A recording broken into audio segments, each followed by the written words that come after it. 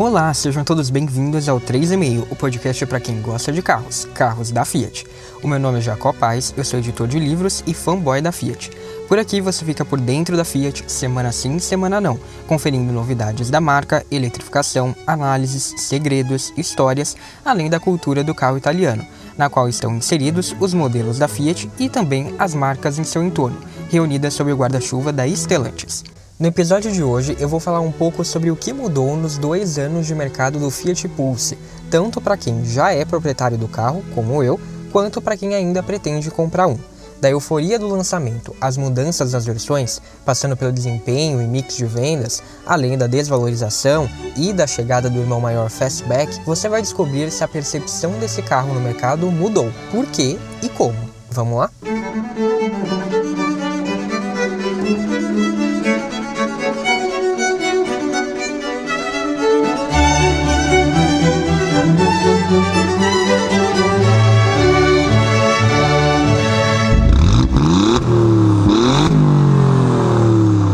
(19 de outubro de 2021).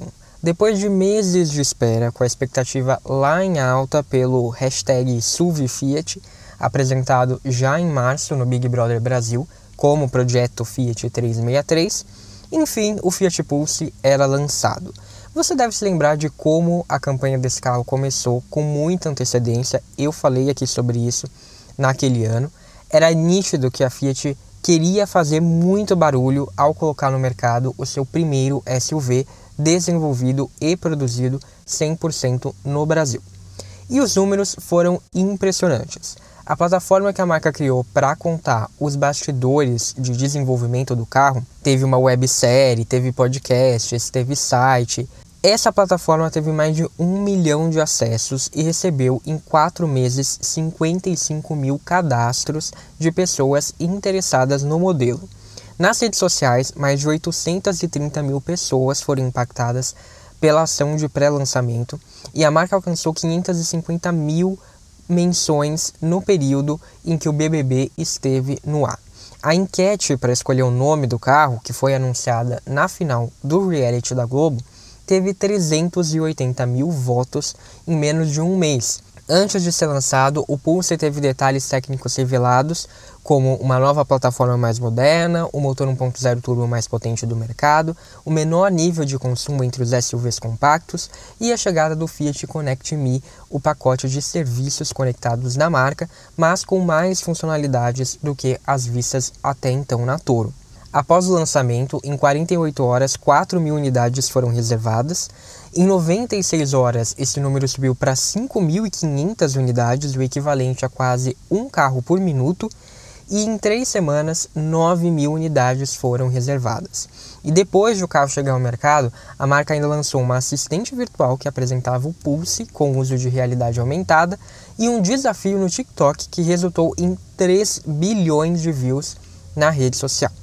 Fora isso tudo, tem os prêmios, né? Carro do ano 2022 e motor do ano abaixo de 2.000 cilindradas no carro do ano, que é promovido pela revista Auto Sport e é o prêmio mais cobiçado da indústria.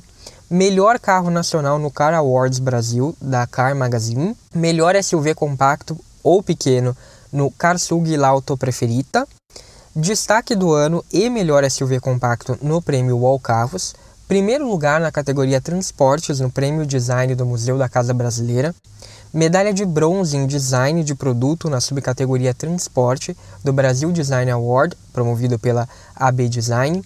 E melhor design na categoria Produto, Automóveis, Veículos do Prêmio Internacional IF Design Award. Ou seja, a Fiat estava empolgada, estava muito entusiasmada com esse novo modelo e isso se refletiu em diversas esferas. A marca promoveu um intenso marketing para um dos lançamentos mais importantes da sua história no Brasil. O evento de apresentação foi igualmente grandioso, foi feito na Bahia, teve até participação da cantora Duda Beat. A marca produziu uma infinidade de materiais desse novo modelo dela, então tinha fotos, vídeos, textos em abundância. E isso tudo sinaliza, claro, que o Pulse tinha muita ambição, muita relevância para os planos da Fiat de continuar fazendo sucesso com produtos de maior valor agregado como a Toro. E de fato, a marca entregou um produto vencedor, como ficou bastante nítido na conversa que eu tive com a Gil Brandão e com o Gabriel da página Fiat Spotting na época do lançamento, lá no episódio 35. Se você não ouviu, procura aí e relembra esse momento. O Pulse tinha excelente custo-benefício, era bonito, trazia muita tecnologia para a faixa de preço em que ele estava. Além disso, era versátil, né? Ele podia de fato aguentar ali uma estrada de terra para quem precisasse, tinha motorizações que entregavam um bom desempenho ou uma ótima eficiência em termos de consumo de combustível. E tudo isso com preço abaixo dos R$80 mil na versão Drive 1.3 manual. Então ele realmente chamou bastante atenção, especialmente por conta dessa cifra, que é uma cifra bastante vistosa, porque a maioria dos SUVs tinha preços ao redor dos 100 mil nas versões de entrada. Além disso, por R$99 mil, o Pulse já oferecia o tão desejado motor Turbo 200 na versão Drive Turbo. Então era um belo diferencial em relação a SUVs maiores, mas com motor aspirado. Pelo ritmo da pré-venda, portanto, o Pulse teria fôlego para passar facilmente das 100 mil unidades vendidas por ano só no Brasil. A meta, de acordo com Autos Segredos, seria comercializar essa quantidade em toda a América Latina, fazendo com que o Pulse vendesse cerca de 80 mil carros por ano no nosso mercado e o restante nos outros países. Hoje, no entanto, as coisas são diferentes. De acordo com a Fenabrave, o Pulse teve 6.724 emplacamentos em 2021, com apenas 2 meses cheios de vendas, já que ele foi apresentado no fim de outubro. Em 2022, foram 50.478 emplacamentos. E neste ano, de janeiro a setembro, foram 32.399 emplacamentos, uma queda de quase 16% em relação ao mesmo período do ano passado. Em seu melhor mês, o Pulse vendeu 5.520 unidades, em abril de 2022, quando foi o SUV mais vendido do mercado, inclusive. Mas esse desempenho só foi repetido em julho do mesmo ano, com 5.300 emplacamentos. Em média, o Pulse vendeu 4.200 unidades por mês em 2022 e 3.600 unidades em 2023. Então, o que foi que aconteceu com o enorme potencial do Pulse? Bem, eu devo dizer aqui que eu comecei esse episódio com uma entrada do Diário do Pulse. Eu ia falar algumas coisas que mudaram nesses 2 anos em relação ao carro, mas eu acabei partindo para outra linha. Então isso daqui é um episódio comum do podcast, porque você vai ver que vai ser feita uma análise de mercado, eu vou falar de diversos pontos, então eu acho que combina mais com o tipo de conteúdo do podcast em si. E depois eu ainda pretendo fazer uma entrada do Diário do Pulse, falando mais de coisas práticas do meu dia a dia com o carro, o que de fato mudou nesses 2 anos, se as minhas percepções continuam as mesmas ou não. Então, vamos voltar aqui para essa análise envolvendo o desempenho do Pulse. Eu acho que, em primeiro lugar, precisa ficar bastante evidente que não dá para dizer que o Pulse é um fracasso, porque ele não atingiu essa suposta meta de 80 ou de 100 mil emplacamentos anuais, que é uma informação, inclusive, não oficial, uma informação de bastidor divulgada pelo Autos Segredos. Não é por conta disso que o Pulse é um fracasso. Muito pelo contrário, ele tem uma importância para os objetivos da Fiat que é bastante relevante. Analisando os números de emplacamentos fornecidos pela Fenabrave, é possível notar que tanto a Toro quanto o Pulse tiveram mais de 50 mil emplacamentos no seu primeiro ano completo de vendas. Quando a gente compara isso com os antigos modelos médios da marca, como o Estilo, o Linea, o Bravo, o feito do Pulse, assim como o da Toro, é impressionante, porque o sedã e os hatches não conseguiram chegar nem mesmo nos 15 mil carros durante esse mesmo período. Então, durante o primeiro ano de venda desses carros médios, eles não chegaram nem na metade do que Toro e Pulse venderam no primeiro ano cheio deles. Se a gente pegar os números do Fremont, então, a comparação é ainda mais absurda. O primeiro SUV da Fiat teve, ao longo de toda a sua vida no mercado, vendas inferiores às de Pulse e Toro apenas em um ano. Tudo bem que o Fremont estava numa faixa superior à do Pulse, então provavelmente o volume de vendas realmente seria menor.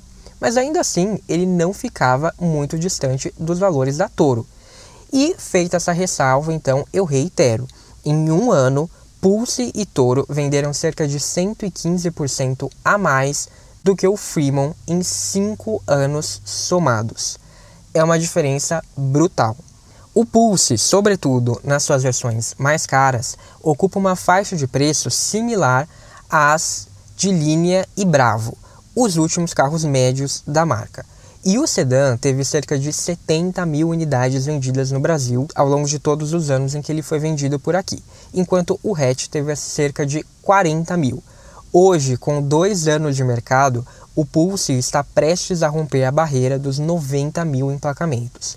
Portanto, enquanto os modelos antigos foram verdadeiros fracassos de venda, o SUV compacto atingiu um patamar inédito para a Fiat, até então só alcançado pela Toro, ao menos até agora.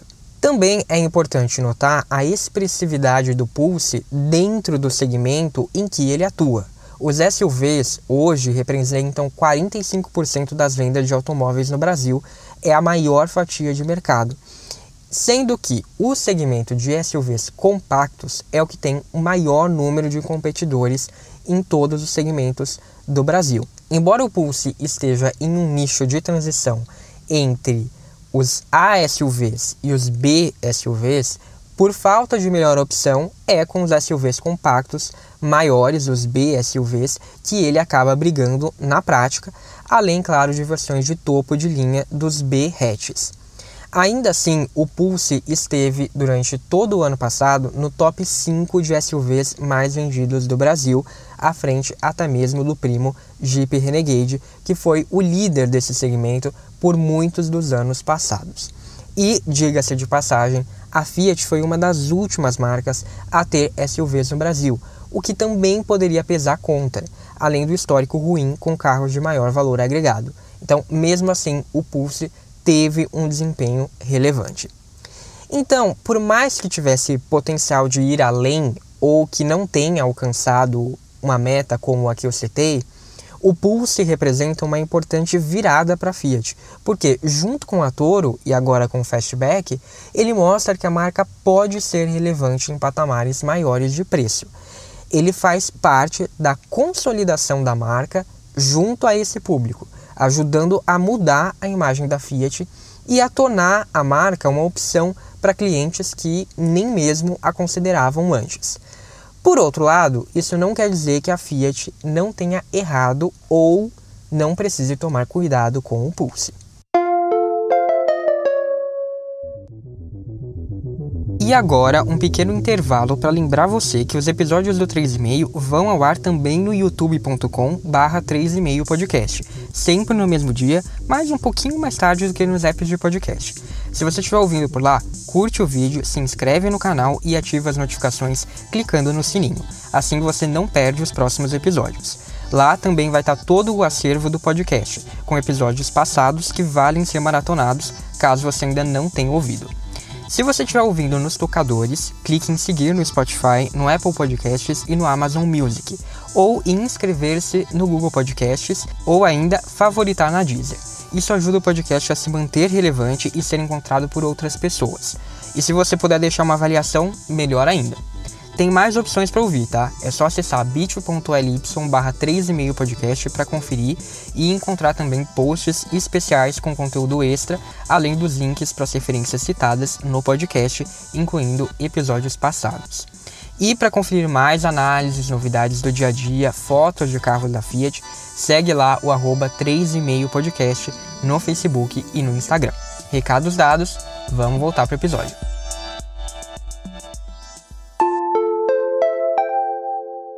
O mercado de automóveis, segundo a Fenabrave, cresceu 8,26% no acumulado de janeiro a setembro deste ano, em relação ao mesmo período do ano passado. Em 2022, foram vendidos pouco mais de 1.117.000 veículos, enquanto em 2023 foram quase 1.210.000 unidades. A Fiat é reflexo disso. No mesmo período do ano passado, ela tinha 21,94% do mercado de automóveis e comerciais leves. Neste ano, ela conta com 22,16%. Se a gente considerar só a fatia de automóveis, onde estão os SUVs, ela também cresceu. Saiu de 14,69% de participação para 16,38%. Ela cresceu tanto que colou na líder dessa fatia nesse ano, a Volkswagen, que tem 16,44%. No ano passado, a Fiat estava atrás de GM e da Volks. Entre os SUVs compactos, a grande maioria dos competidores também cresceu. É o caso da dupla da Volkswagen, T-Cross e Nivus, sendo que o Nivus teve um aumento de 42% e de 1 ponto percentual na participação das vendas de SUVs. Também o Tracker e o Kicks cresceram, embora não tanto quanto o Nivus. Creta, Duster, Renegade e Pulse perderam, mas foi o Pulse quem mais perdeu, na casa dos 15%. É possível pensar em alguns pontos que talvez expliquem essa queda do modelo da Fiat. Para início de conversa, vale apontar a afobação que parece ter sido o lançamento do carro, deixando uma péssima impressão em alguns pontos de contato com o consumidor. Embora a Fiat tenha se empolgado, ela caiu na própria armadilha ao criar tanta expectativa pelo lançamento do Pulse.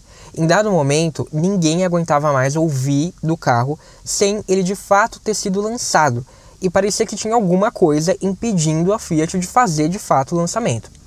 Para ajudar, quando o lançamento de fato foi feito, havia pouquíssimas unidades do Pulse disponíveis nas concessionárias da marca. Nem todas estavam habilitadas para fazer test drive, inclusive, porque chegaram pouquíssimos dias, em certos casos horas, antes da noite de lançamento. Depois disso, teve a confusão com a pré-venda e os preços do carro. Apesar de o regulamento ser claro e dizer que a confirmação da reserva não garantiu o preço anunciado, a Fiat adotou padrões diferentes de comunicar isso para o consumidor no voucher que as pessoas recebiam, e muitas lojas deram informações erradas, de modo que alguns clientes chegaram a entrar na justiça contra a marca quando ficaram sabendo que nem todas as unidades reservadas teriam o preço honrado em relação aos que foram anunciados na apresentação do modelo. Também houve uma demora na entrega das unidades, que eram feitas sem uma aparente lógica. Algumas chegaram aos seus proprietários de modo rápido, até antes do previsto. Outras se arrastaram por meses, com atrasos, mesmo em relação ao já longo prazo de, abre aspas, a partir de 120 dias, fecha aspas. Sim, porque existia esse prazo. Não só o prazo 60, 90, 120, como a partir de 120, ou seja, senta aí e espera. Além disso, era comum a oferta de vendedores para que clientes trocassem de versão ou então de cor para receber o carro mais rapidamente. Depois disso, teve a história dos acessórios, que quase nenhum acessório estava disponível. Um simples protetor de cárter não estava disponível na época do lançamento. Farol de neblina também não tinha, rodas diferentes também não tinha. E, para completar, alguns relatos de falhas isoladas começaram a aparecer na internet, muitos deles com proporções exageradas. É óbvio que todo projeto novo pode apresentar problemas quando as primeiras unidades saem da linha de montagem, e esse é o risco de comprar carro novo em lançamento. A maioria dos problemas não era nem mesmo grave, ainda assim, houve um estardalhaço e isso pode ter tido algum impacto na imagem do carro, já que em grupos de Facebook, de WhatsApp, só se falava desses casos. Então você entrava lá, dava a impressão de que uma bolha com 10% dos compradores, porque no final era isso, os grupos, valia por todo mundo, quando não era. E quando o alto consumo de óleo do motor Turbo 200 começou a ser relatado, a imprensa passou a fazer coro a tudo isso, e com razão nesse caso, porque a gente está falando de um problema que era assim mais sério e mais generalizado. E o resultado é que, até hoje, muitas pessoas que pesquisam pelo Pulse na internet sem dúvida encontram vídeos, matérias, posts relatando esses problemas com grande destaque, mesmo que eles já tenham sido corrigidos, mesmo que alguns sejam normais em carros de lançamento, ou então que tenham atingido um número muito pequeno de unidades, mas por conta da internet ganhou uma visibilidade muito maior. Salvo ainda a polêmica com o porta-luvas desalinhado, que é outra pedra no sapato da Fiat e é um objeto de ampla gozação na internet. Outra coisa que atrapalhou a imagem de moderno, de tecnológico, de carro bonito, de quando ele foi apresentado na final do BBB, foi o porte. A Fiat talvez tenha errado nesse quesito na hora de comunicar o que ela estava fazendo com esse SUV. Ela poderia ter deixado mais evidente que ele seria um SUV compacto, aliás, mais compacto até do que os existentes no mercado, como a Renault fez há poucos dias, quando ela apresentou um teaser do Kardian, que é o primeiro grande rival direto do Pulse. E o resultado dessa estratégia da Fiat foi que algumas pessoas ficaram profundamente decepcionadas quando elas encararam um carro frente a frente. Algumas até desistiram da reserva, porque fizeram sem conferir a ficha técnica do Pulse. O tamanho foi um dos argumentos utilizados por haters para dizer que o lançamento da Fiat não era SUV, o que é uma bobagem, como eu já disse no episódio 36. Ouve lá se você ainda não ouviu. Então esse talvez seja o primeiro ponto que tenha mudado nesses 2 anos de Pulse. Se antes e até o lançamento ele era visto como um SUV meio que de igual para igual com os outros SUVs que tinha no mercado, com uma imagem de carro refinado, tecnológico, depois do lançamento isso passou a se deteriorar um pouco. A imagem que começou a brigar com essa imagem de SUV foi a de que ele era um Argo bombado ou de um hatch mais alto, para os mais maldosos, e para quem é mais sensato, que é de um crossover ou de um SUV pequeno, o que ele de fato é. Eu falei isso muito antes do Pulse ser lançado. Falei, olha, parem de dizer que ele vai ser rival de Nivus, de Renegade, de todos esses carros. Ele não vai, ele vai ficar abaixo disso. Mas as pessoas tinham essa ideia, que era uma ideia errada e que a Fiat não fez nada para mudar. Então acho que cabe essa crítica à Fiat por não ter deixado claro desde o início o que o Pulse seria. E isso foi reforçado inclusive pelo design, conforme o design foi sendo liberado, porque ele causa ali um size impression, uma impressão de tamanho, de fato maior do que o carro realmente tem. E desse modo, alguns consumidores podem ter se sentido enganados, o que, obviamente, pode ter dado uma sensação de decepção com o modelo. Outra mudança que contribui para a alteração de imagem do Pulse e joga contra até mesmo em relação à percepção de valor que ele ajudou a trazer para a imagem da Fiat é a mudança de foco no mix das versões trabalhadas pela marca. Segundo dados da Frota Nacional de Veículos, que são divulgados pela Secretaria Nacional de Trânsito, eles diferem um pouco dos dados divulgados pela FenaBrave, que são os tradicionalmente utilizados pela imprensa e por mim também eu sempre utilizo eles.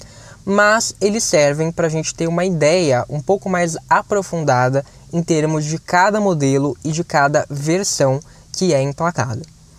Então não vai bater exatamente, mas no cenário geral a gente consegue ter uma noção. Então, segundo esses dados, no lançamento, o mix de versões do Pulse mostrava que a grande maioria delas era equipada com o então novo motor 1.0 turbo do grupo Stellantis. Juntas, ímpetus, Audace e Drive Turbo 200 representaram 58% dos emplacamentos do Pulse nos 3 últimos meses de 2021. Sendo que a Ímpetus tinha sozinha 27% das vendas do Pulse. Ou seja, o Pulse mais vendido foi o carro topo de linha, contribuindo para a imagem de carro mais caro que a Fiat almejava.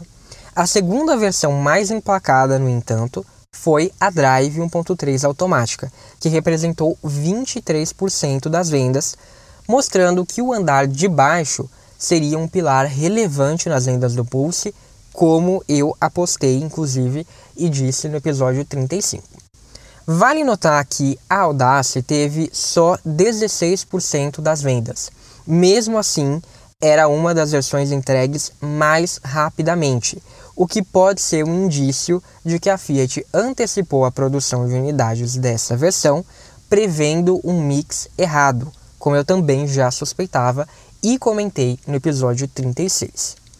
Durante o primeiro ano do Pulse, a Fiat não mudou muito o portfólio do carro. Ela manteve todas as versões basicamente como elas eram no lançamento e revisou apenas a oferta do Connect Me.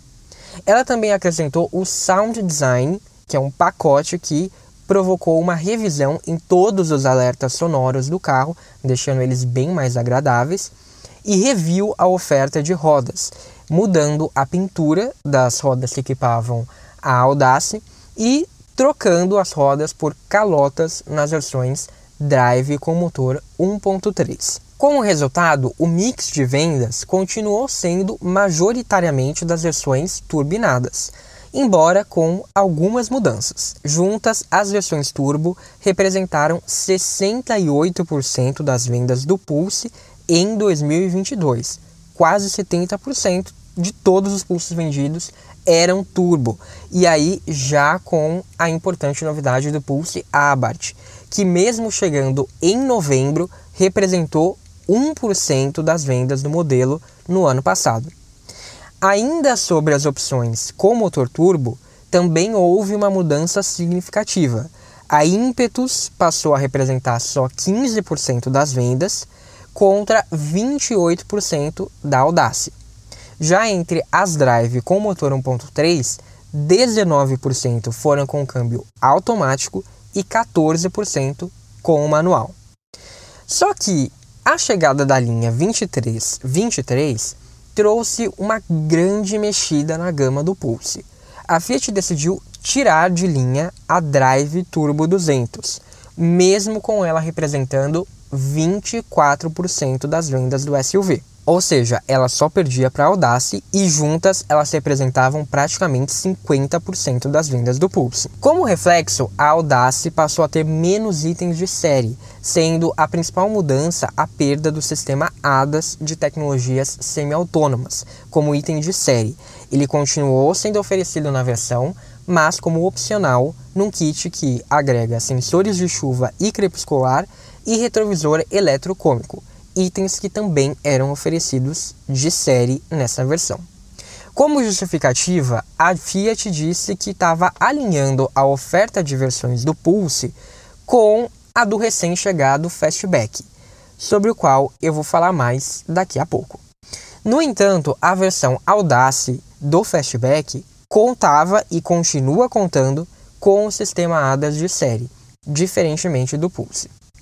Os preços da Audace com esse kit, bem como o fato de, por ser um opcional, passar a ser mais difícil de encontrar esses equipamentos em unidades produzidas e disponíveis em estoque com ele, ou seja, são as unidades que dá para ter uma margem de negociação, poderia levar o consumidor a optar pela Impetus.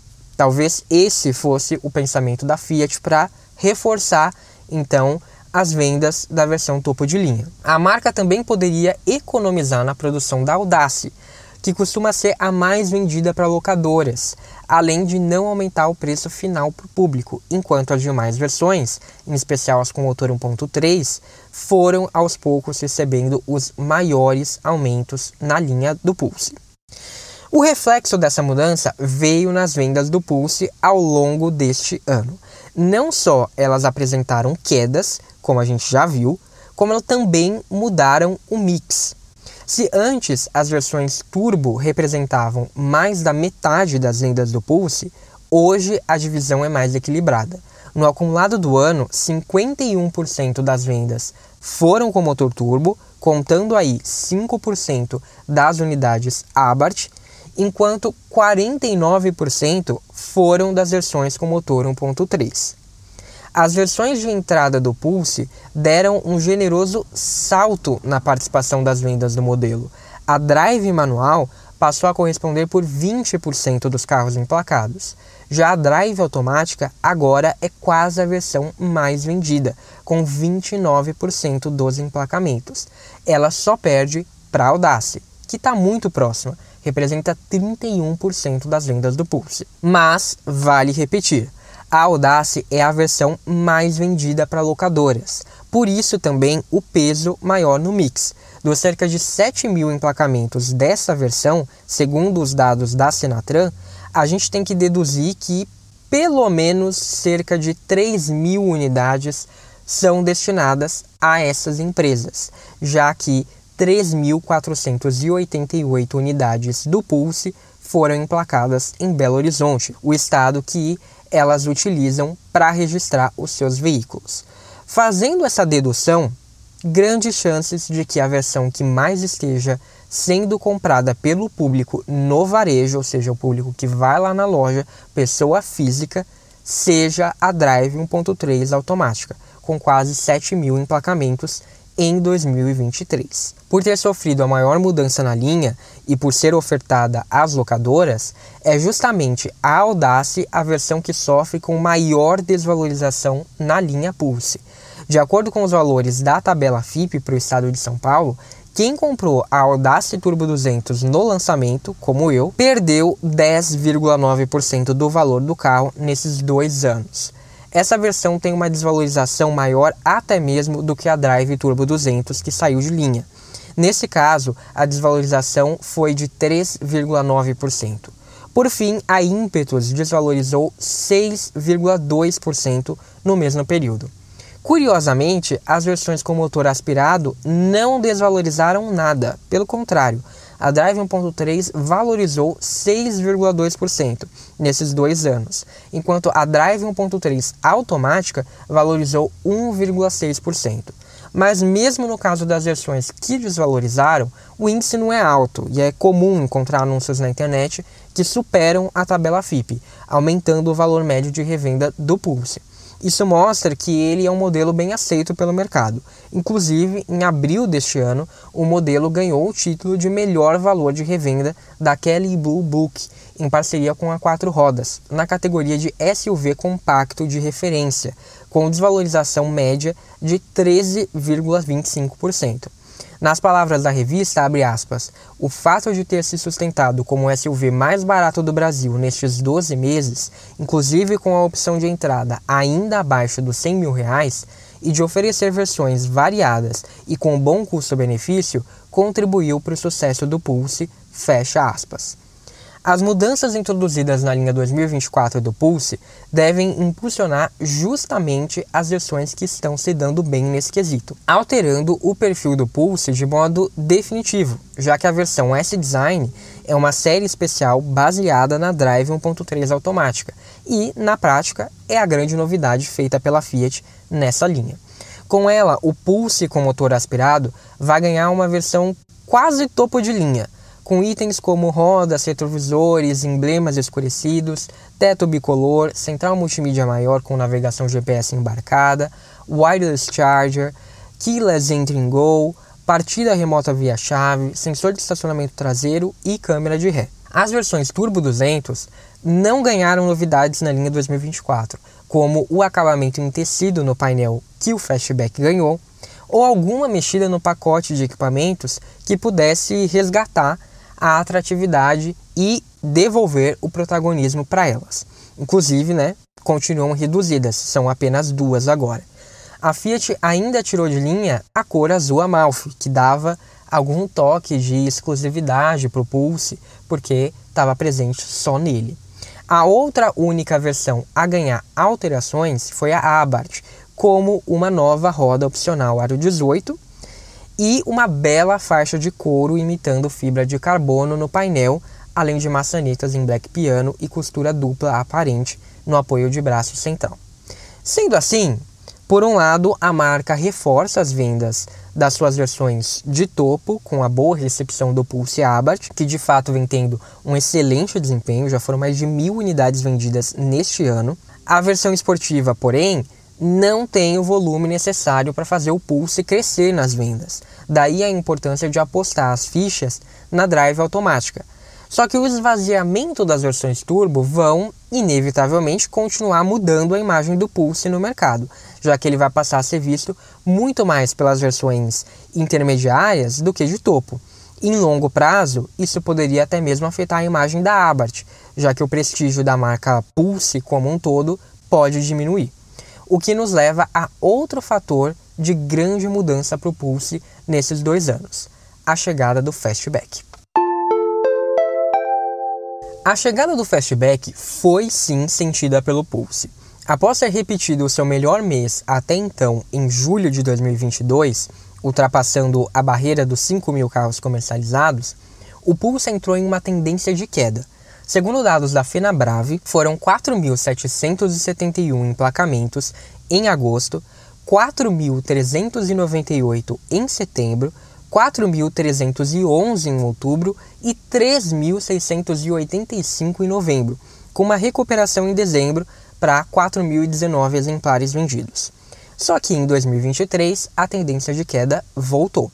O modelo só teve mais de 4.000 emplacamentos em março e em junho deste ano. Todos os outros meses ficaram abaixo desse patamar, sendo fevereiro o pior deles, com 2.761 unidades. Quando o Pulse começava a cair, o Fastback estava justamente chegando ao mercado.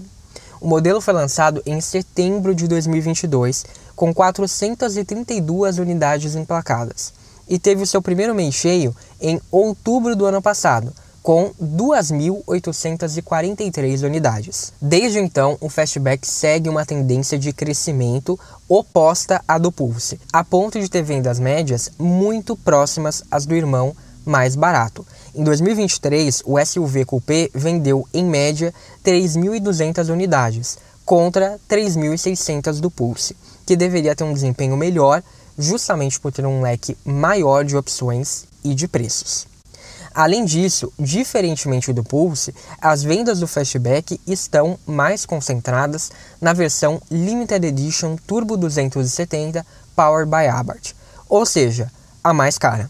Para a Fiat isso é ótimo, afinal é um carro mais caro do que o Pulse, que reforça a imagem que a marca busca passar e, ainda por cima, deve ter uma margem muito melhor de lucro, afinal o Fastback é essencialmente o mesmo carro que o Pulse, mas com um preço mais elevado. Isso quer dizer que a empolgação da Fiat com o Fastback hoje é maior do que com o Pulse, que parece ter ficado em segundo plano diante do SUV Coupé.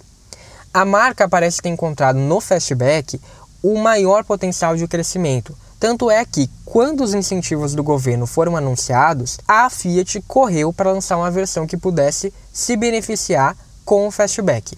Hoje, por exemplo, é possível encontrar o Fastback Turbo 200, que não costuma ser vendido com muito desconto, por R$ 119.990, enquanto o Pulse Audace, com o mesmo motor Turbo 200, costuma sair com um desconto por R$ 116.990. Apesar de ter alguns equipamentos a mais, o Pulse perdeu o seu grande diferencial, que seria o pacote ADAS, em comparação com o Fastback Turbo 200. O Fastback nessa versão também não tem, mas por outro lado ele oferece um porta-malas maior, sem contar que ele é um carro que passa uma maior sensação de status. Quando a gente soma isso tudo, as mudanças de imagem que enfraquecem o lado mais caro do Pulse, que eu disse agora há pouco, e a decepção com o seu Porsche, que eu disse no começo do episódio, não é difícil imaginar as pessoas preferindo levar o Fastback para casa no lugar do Pulse. Já o Fastback Audace Turbo 200 é encontrado com desconto por R$ 128 mil, o que é uma cifra não muito diferente da vista no Pulse Impetus, que tem um preço oficial de R$ 133.490 hoje, mas ele recebe descontos aí para sair por menos de 130 mil. A diferença entre esses dois carros, em termos de equipamentos, não é muito grande, já que o Fastback Audace continua tendo o pacote ADAS de série, e agora ainda vem com um acabamento mais caprichado do que o Pulse, mesmo na versão Impetus. O Fastback nessa versão fica devendo itens como cluster digital, central multimídia maior ou sensor de estacionamento dianteiro. De novo, Colocando na ponta do lápis e considerando a imagem e o porta-malas do Fastback, o SUV Coupé pode ser a preferência de um maior número de pessoas, mesmo quando comparado com um Pulse mais caro. Não à toa, com esse novo cenário para o Pulse, o Fastback encontrou um novo público e só vem crescendo nas vendas. Em abril, foram 2.466 emplacamentos. Em maio, 2.943.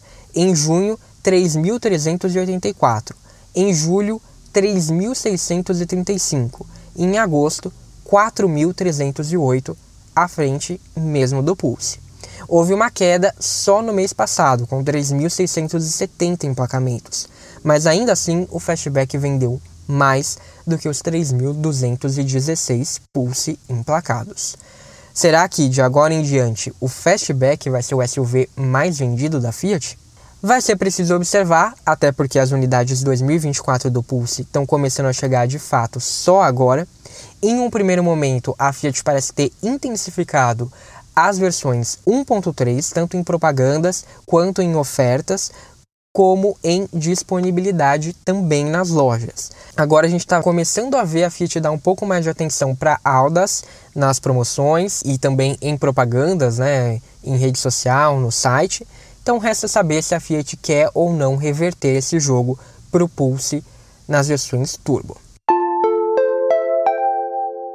A conclusão é que a Fiat perdeu uma ótima oportunidade de, na linha 2024, mexer no Pulse para que ele reagisse nas vendas e continuasse tendo maior relevância das versões Turbo 200. O Fastback, em tese, tem um público diferente do Pulse, é verdade. Mas, na prática, em virtude do histórico do Pulse e da imagem construída ao redor do Fastback, é o Fastback quem parece estar se dando melhor.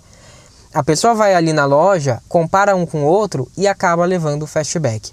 O espaço entre Pulse e Fastback deveria ser melhor delimitado no caso das versões Turbo, se a Fiat quiser resgatar o protagonismo delas no caso do Pulse. E a marca não fez nada para mudar isso, o que é bastante preocupante considerando o futuro do Pulse, que vai ganhar rivais muito mais diretos do que os que ele tem hoje nos próximos meses. E, coincidência ou não, o seu primeiro grande concorrente direto, o Renault Kardian, vai chegar exatos 6 dias após os 2 anos da apresentação do Pulse. Ele promete ser um dos produtos de maior qualidade da marca francesa no nosso mercado há muito tempo. Quer ser visto como um produto refinado para mudar a imagem de carro barato que o Logan e o Sandero deram à Renault no Brasil. A missão do Kardian, nesse sentido, não é muito diferente daquela vista no caso do Pulse no seu lançamento. E o Kardian vai apostar em armas similares, como porte compacto, mas bom custo-benefício, motor turbo e equipamentos tecnológicos de categoria superior, como o pacote ADAS.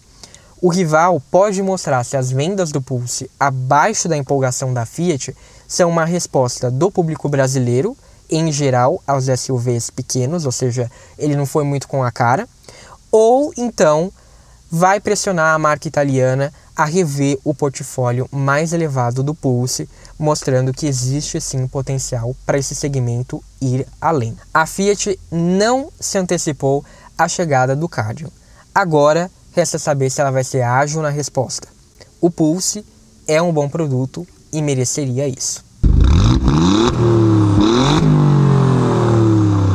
Gente, antes de fechar esse episódio, eu quero ler aqui alguns comentários que eu recebi, porque já faz um tempinho que eu não faço isso. Sobre o episódio 60, o Galeno FDO me respondeu lá no Spotify. Inclusive, gente, reforço aqui. Se você está ouvindo pelo Spotify, deixa lá uma resposta depois que acabar o episódio, porque isso ajuda bastante ao podcast ter relevância para aparecer no Spotify, tá? Então ele disse assim sobre a estrada, né? Eu tinha perguntado se a estrada é um indício de que a Fiat está voltando aos velhos tempos. E ele disse sim. Sugestão para a próxima geração da estrada: 4,7 metros de comprimento, 2,8 de entre-eixos, motor 1.6 turbo diesel e tração 4x4 com 120 cavalos e 32 kg de torque. É uma bela sugestão, vamos ver, né? Lá no Instagram, ainda também sobre esse episódio, o rocketcar.s disse o seguinte: só tem duas questões para o futuro. O que será feito da Toro pós 2025? Vai para a plataforma do novo Compass ou vai para a plataforma do Pulse e Fastback, como são os concorrentes, Montana, Oroch, etc. 2. O que será feito da Estrada? Terá plataforma CMP ou vai ter evolução dessa plataforma atual da Estrada? Realmente são perguntas muito boas, como eu comentei no episódio, né, o que vai ser o futuro das picapes da Fiat, mas sobre as plataformas que ele disse aí, né, eu acho difícil a MLA continuar existindo em projetos futuros. Então, ou será a CMP, que vai virar Stella Small, ou então a nova Stella Medium, tanto no caso da Toro, né, que ela pode receber uma ou outra, quanto no caso da Estrada, que daí provavelmente ficaria com Stella Small. Sobre o episódio 63, em que eu falei sobre o Fiat Autonomy, junto com o Ravel, da página Fiat no Brasil, o Giovanni Júnior me mandou uma mensagem e disse assim, sobre o episódio dessa semana: parabéns pelo assunto escolhido, muito atual e relevante para grande parte da população. Excelente participação do Ravel Coelho. Giovanni, eu é que agradeço por você estar sempre ouvindo. Muito, muito obrigado mesmo, ouvindo e mandando mensagens, comentários. Muito obrigado pela participação. Sobre o episódio 64, em que eu falei da eletrificação, lá no Facebook, no clube do Jeep Renegade, o Adilson Aparecido Pereira falou assim: híbrido é mais palpável para a nossa realidade hoje. Sonho com um Avenger ou Renegade híbrido. O Humberto HW também disse lá no grupo, sem dúvida, que com nossa estrutura de recarga ainda precária, o híbrido é aquele que viabiliza um uso mais tranquilo do veículo. O André W. Vogel 886 lá no YouTube sobre esse episódio também disse que concorda com a Stellantis, disse assim: sim, energia limpa, viva o etanol. Lá no Instagram, o Jonathan PNG, que também está sempre participando lá na página, disse assim: carro elétrico desde que a energia seja de fontes renováveis, carro elétrico com energia gerada por usina a carvão, como em alguns países na Europa, de longe não é solução. Estamos indo bem nesse caminho aqui no Brasil e se tudo der certo, seremos referência. A Gabriela Stephanie disse: para mim a Stellantis está correta, acho que faz mais sentido mesmo apostar no híbrido, né? O Lucas Ribeiro _ 646 disse: no caso do Brasil, na minha humilde opinião, a solução a curto prazo é a propulsão híbrida e fim. E o Jean.albarello.worker disse: o Brasil é o país que mais destila no mundo e temos potencial muito grande para a produção de etanol de segunda geração. Então a Stellantis e a Toyota têm suas razões. Parece que a maioria das pessoas está alinhada com essa visão da Stellantis no caso de apostar nos carros híbridos. Muito obrigado a todo mundo que ouviu os episódios, que participou, mandou mensagem. Eu agradeço bastante.